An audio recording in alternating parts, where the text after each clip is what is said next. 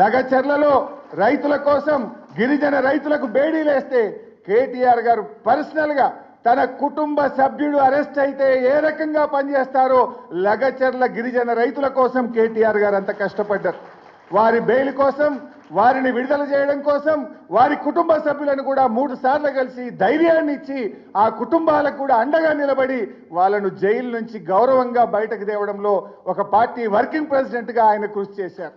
ఆ రకంగా పార్టీలో ఏ కార్యకర్తకు, ఏ సోషల్ మీడియా యాక్టివిస్టుకు, ఏ ఉద్యమకారుడికి, ఏ పార్టీ నాయకుడికి మన కౌశిక్ రెడ్డి మీద ఇంటి మీద దాడి జరిగినా పార్టీ మొత్తం అందరికీ ఆ కార్యకర్తలకు, ఆ నాయకులకు అండగా నిలబడ్డది. నేను ఇప్పుడు కూడా చెప్తున్నా, కేటీఆర్ గారు కూడా ఒక కార్యకర్తనే, కేటీఆర్ గారు కూడా పార్టీలో ఒక ఉద్యమకారుడే. ఇవాళ ఆయనకు ఆపదొస్తే కూడా మొత్తం పార్టీ కూడా వారికి అండగా నిలబడుతుంది.